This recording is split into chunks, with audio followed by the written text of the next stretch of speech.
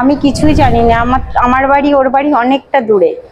আমার বাড়ি দইয়ের বাজারে, আর ওর বাড়িতে হাঁসখালির লাইনে।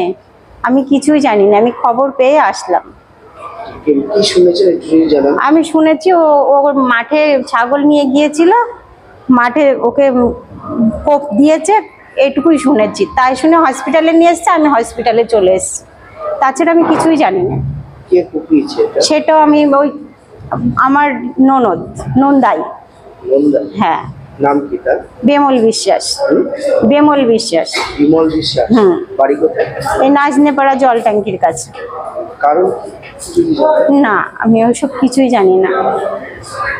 একটা বিষয় শোনা যাচ্ছিল যে নাকি তাকে নাকি কোনো প্রস্তাব দিয়েছিল, সেটা কি অস্বীকার করেছে? আমি জানি না, আমিও এখনই এটাই শুনছি। আমিও জানি না ঠিক, আমি এটাই শুনছি। প্রস্তাব দিয়েছিল, আমিও তো সেটাই শুনছি। হাজবেন্ড আছে?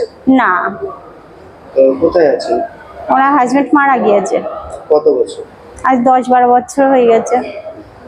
এর আগে থেকে ওনাকে চিনতো যাকে যে আজকে? হ্যাঁ হ্যাঁ, চিনতো।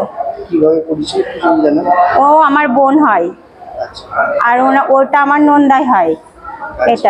এটাই পরিচয়।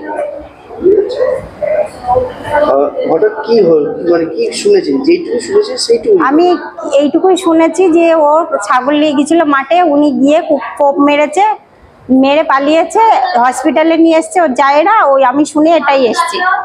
আপনার নাম? আমার নাম লক্ষ্মী বিশ্বাস। যিনি আহত হয়েছে ওনার নাম? ওনার সরস্বতী বিশ্বাস। বয়স? বয়স 40।